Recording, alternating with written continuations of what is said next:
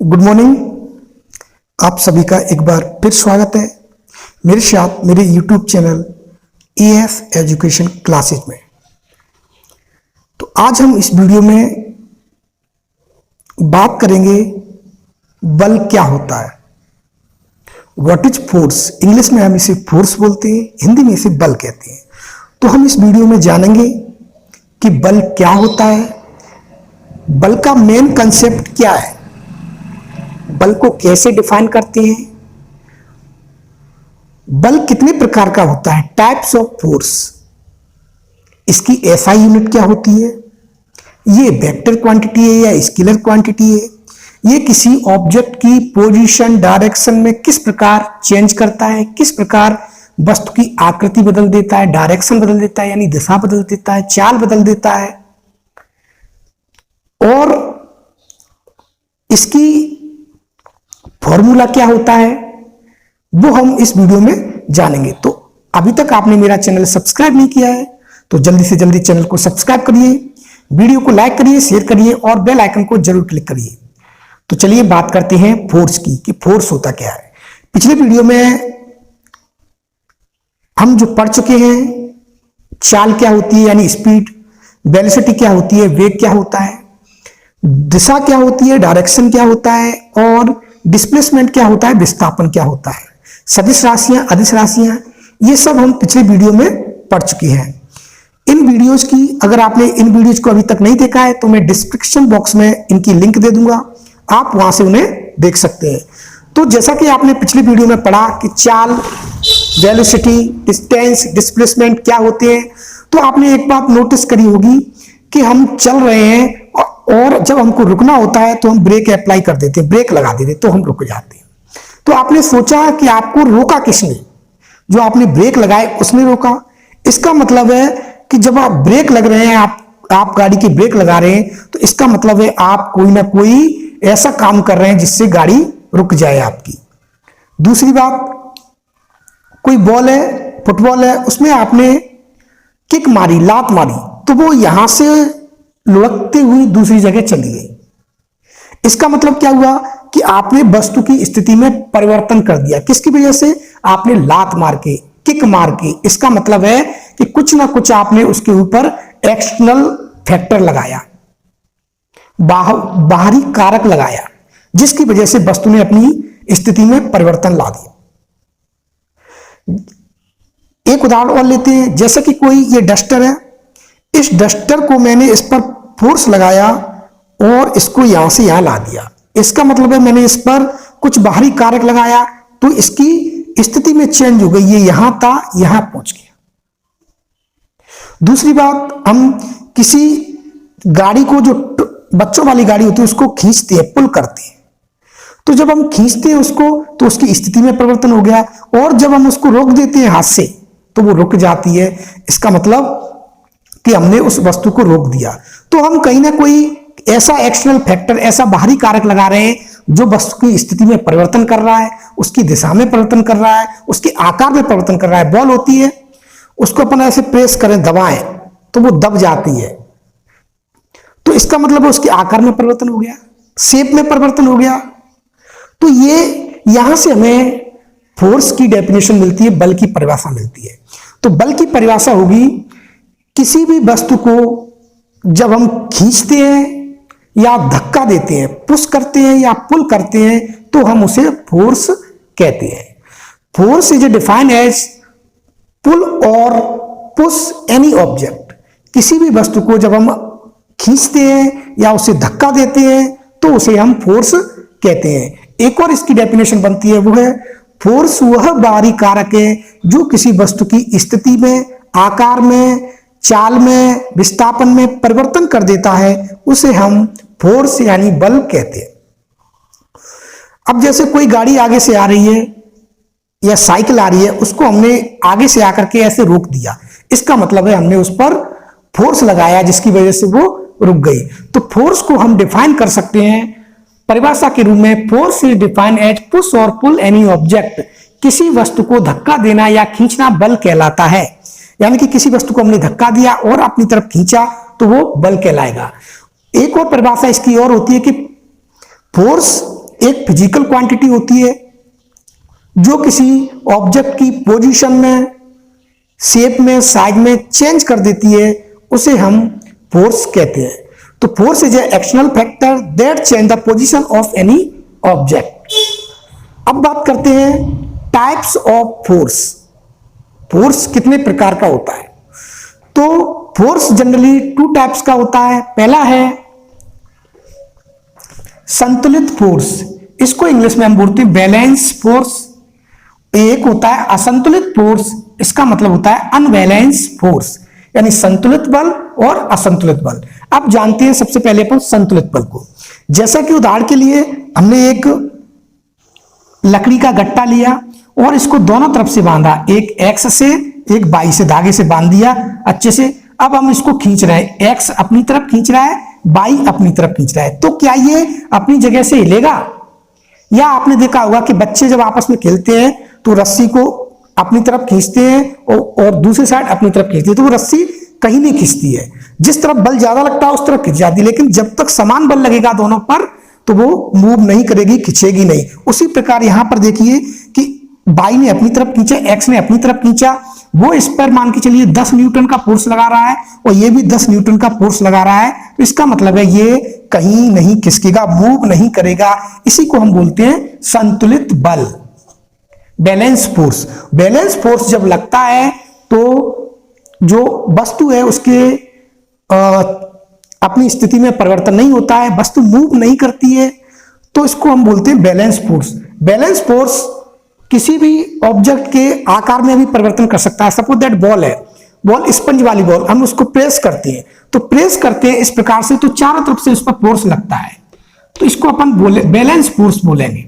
दूसरा है स्प्रिंग ले लीजिए, स्प्रिंग को अपन खींचते हैं दोनों तरफ से, तो जब छोड़ते हैं तो अपने आकार में परिवर्तन करती है, पुनः उसी आकार में आ जाती है। तो इसी को हम बैलेंस फोर्स का ये उदाहरण है। इसमें क्या होता है, नेट फोर्स होता है वो जीरो होता है, क्योंकि ये फोर्स अपनी तरफ लगा रहा है, ये अपनी तरफ लगा रहा है, तो ये दोनों कैंसिल हो जाएंगे। इसका मतलब है नेट फोर्स यहां पर जीरो होता है। बैलेंस फोर्स में नेट फोर्स जीरो होता है, ये बात नोट करने वाली है। Net force in balance force is zero. अब बात करते हैं हम असंतुलित बल की, अनबैलेंस फोर्स। सपोज दैट ये लकड़ी का गट्टा है, इसको कोई व्यक्ति इधर खींच रहा है इस डायरेक्शन में, तो वो ज्यादा जब बल लगाएगा इस पर 20 न्यूटन का या इससे ज्यादा भी हो सकता है, तो वो बी से लेकर के सी तक अपनी स्थिति में परिवर्तन कर लेती है। यानी कि हमने उस पर फोर्स लगाया और वो अपनी जगह से मूव कर गई, बदल ली, उसने अपनी पोजीशन बदल ली। इसी को बोलते हैं हम अनबैलेंस फोर्स, क्योंकि इधर फोर्स नहीं लग रहा है।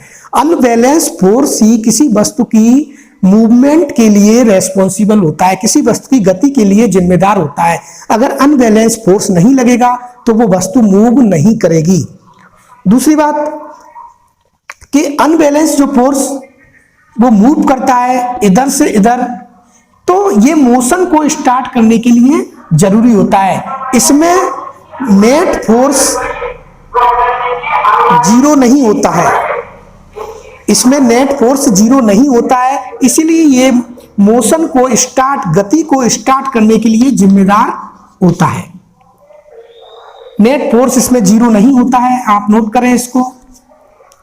तो इसको अपन बोलते हैं अनबैलेंस फोर्स। या हम एक और एग्जांपल लेते हैं इसका, ये लकड़ी का गट्टा है, पहले इसको दो लोग इधर की तरफ मूव कर रहे थे, तो इसमें जमीन पर ये रखा है, तो जमीन पर एक फोर्स लगता है जिसको हम बोलते हैं फ्रिक्शन फोर्स। हिंदी में इसको बोलते हैं घर्षण बल। घर्षण बल हमेशा गति का विरोध करता है। Friction force always oppose the motion. अगर हम इसको इधर मूव कर रहे हैं तो फ्रिक्शन फोर्स इधर लगेगा, इसकी डायरेक्शन ये होगी, ये होगी, तो ये नहीं खिसकेगा। हमें फ्रिक्शन फोर्स से ज्यादा इस पर फोर्स अप्लाई करना पड़ेगा, लगाना पड़ेगा, तभी ऑब्जेक्ट मूव होगी। तो फ्रिक्शन फोर्स बहुत ही जिम्मेदार होता है इसके लिए। तो ये थे संतुलित बल और असंतुलित बल की एग्जाम्पल। अब बात करते हैं हम, एक और फोर्स होते हैं दो टाइप्स के, जिसको अपन बोलते हैं संपर्क बल और असंपर्क बल, कॉन्टैक्ट फोर्स और अनकॉन्टैक्ट फोर्स, संपर्क बल वो बल होता है जो जिसमें बल किसी वस्तु के साथ संपर्क करता है। जैसे ये है, ये ऑब्जेक्ट मैंने संपर्क किया, ये यहां से यहां तक कर दिया, तो इसको बोलेंगे संपर्क, क्योंकि वस्तु बल के साथ संपर्क कर रही है।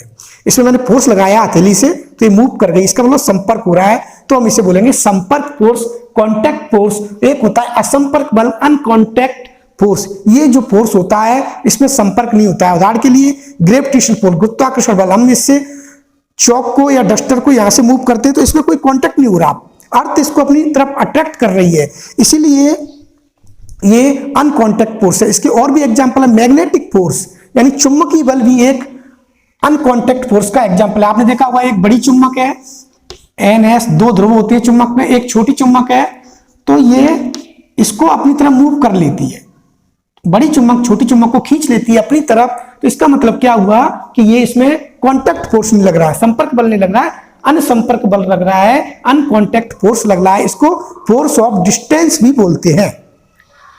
तो अब बात करते हैं इसकी इफेक्ट ऑफ फोर्स। फोर्स के परिणाम क्या होते हैं? तो सबसे पहला परिणाम है फोर्स किसी वस्तु के आकार में परिवर्तन कर देता है। Force change in the shape of any object. Suppose that ball है, बॉल जब हम उसको प्रेस करते हैं तो उसके आकार में परिवर्तन हो जाता है, दब जाती है वो, जब छोड़ते हैं तो उसी शेप में फिर आ जाती है। तो फोर्स किसी भी ऑब्जेक्ट के शेप में यानी कि साइज में परिवर्तन कर सकता है, आकार में परिवर्तन कर सकता है, किसी वस्तु की चाल को रोक सकता है। अगर सपोज दैट जो गाड़ी होती है बच्चों वाली वो चल रही है, हमने उसको रोक दिया आगे से हथेली से, तो वो रुक जाएगी, इसका मतलब मोशन को वो रोक सकता है। दूसरी बात, फोर्स किसी भी ऑब्जेक्ट की पोजीशन में चेंज कर सकता है, रोक सकता है, डायरेक्शन को चेंज कर सकता है। अगर हम कोई ऑब्जेक्ट आ रही है, हम आगे से उसको जैसे रोक दें तो वो अपनी डायरेक्शन चेंज हो सकती है उसकी। तो ये फोर्स के इफेक्ट होते हैं, फोर्स के परिणाम होते हैं। अब बात करते हैं हम इसके फॉर्मूले की। तो फॉर्मूला बहुत इंपॉर्टेंट इसका। फोर्स का जो फॉर्मूला होता है वो होता है F = ma। F = ma, यहां पे मैं लिख दूं F = ma। m होता है यहां पर मास यानी द्रव्यमान, और a होता है एक्सीलरेशन, इसको हिंदी में त्वरण बोलते हैं। तो द्रव्यमान गुणा त्वरण के गुणनफल को हम बल कहते हैं, फोर्स कहते हैं। The product of mass and acceleration is called force. किसी भी सपोज दैट यहां से समझिए, किसी भी वस्तु का अगर मास ज्यादा है तो हमें उसमें फोर्स ज्यादा लगाना पड़ेगा, तभी वो अपनी जगह से हिलेगा, है ना। अगर इन दोनों के जो गुणनफल को हम फोर्स बोलते हैं, तो force the multiplication of m × a is called force. तो ये डेफिनेशन होगी फोर्स की। द्रव्यमान और त्वरण के गुणनफल को हम फोर्स कहते हैं। इसकी हिंदी में definition, the product of mass and acceleration is called force. अब बात करते हैं इसकी SI यूनिट की। तो SI unit standard system of international unit होगी। इसकी मास की होती है यानी द्रव्यमान की होती है किलोग्राम, और एक्सेलरेशन यानी त्वरण की होती है मीटर पर सेकंड स्क्वायर। तो इसकी SI यूनिट हो गई, या इसको हम एक और नाम से जानते हैं न्यूटन के नाम से। न्यूटन ने सबसे पहले इसको खोजा था, उसी के नाम पर इसको रखा गया। न्यूटन इंग्लैंड के निवासी थे, इनको फादर ऑफ फिजिक्स भी कहा जाता है, भौतिकी के पितामह। तो इस उन्हीं के नाम पर रखा गया है न्यूटन। तो न्यूटन इसकी SI यूनिट हो गई, या हम kg/-2 हो गई। और इसकी CGS पद्धति में इसकी यूनिट होती है डायन। पूछा जा सकता है, आपको आना चाहिए कि CGS पद्धति में फोर्स का मात्रक होता है डायन, और SI पद्धति में फोर्स का मात्रक होता है न्यूटन या kg/-2। 1 न्यूटन = होता है 10⁵ डायन। नोट कर लें, 1 न्यूटन = 10⁵ डायन, 10⁵5 डायन। अब बात करते हैं इसकी, ये वेक्टर क्वांटिटी है या स्केलर क्वांटिटी है। तो फोर्स एक वेक्टर क्वांटिटी है, जैसा कि आपको पता है कि एक्सेलरेशन भी एक वेक्टर क्वांटिटी होती है, त्वरण भी एक सदिश राशि होती है, तो फोर्स भी एक सदिश राशि होगा, क्योंकि इसमें दिशा भी दी रहती है और परिमाण भी दिया रहता है। In force direction as well as magnitude given, that's why force is a vector quantity. इसीलिए फोर्स को सदिश राशि कहते हैं, क्योंकि हम फोर्स जब हम इसको धक्का देंगे तो सपोज दैट हमने 1 न्यूटन का फोर्स लगाया, इस पर 1 न्यूटन का फोर्स लगाया तो इधर मूव हो गया, यानी कि इसकी गति डायरेक्शन इधर हो गई और हमने 1 न्यूटन का फोर्स लगाया, इसलिए ये वेक्टर क्वांटिटी होती है। तो वेक्टर क्वांटिटी हो गई, सीजीएस पद्धति में मात्रक हो गया, इसका डायन एसआई यूनिट हो गई, फॉर्मूला हो गया। अब जैसे उदाहरण आता है आपके लिए कि 100 किलोग्राम वस्तु, 100 किलोग्राम किसी वस्तु का मास है और उसमें त्वरण हो रहा है 5 मीटर पर सेकंड स्क्वायर, तो बताइए उसके कितना फोर्स लगेगा। 100 किलोग्राम की कोई वस्तु है, सपोज दैट 100 केजी की कोई वस्तु है और उसका जो त्वरण है ए है वो है 10 मीटर, मान लीजिए चलिए 10 मीटर पर सेकंड स्क्वायर, तो फोर्स क्या होगा, तो F इक्वल टू होता है एम ए, एम की वैल्यू 100 और इंटू ए की वैल्यू है 10, तो 10 टू 1000 न्यूटन, 1000 न्यूटन फोर्स उस पर लगेगा। तो इस तरह आप इसके संख्यात्मक क्वेश्चन है, न्यूमेरिकल क्वेश्चन है, वो सॉल्व कर सकते हैं। और इसके और भी जो न्यूमेरिकल्स है वो हम बाद में कराएंगे। तो इस वीडियो में इतना ही, अगले वीडियो में फिर मिलेंगे Newton's first law of motion. तब तक के लिए जय हिंद, जय भारत।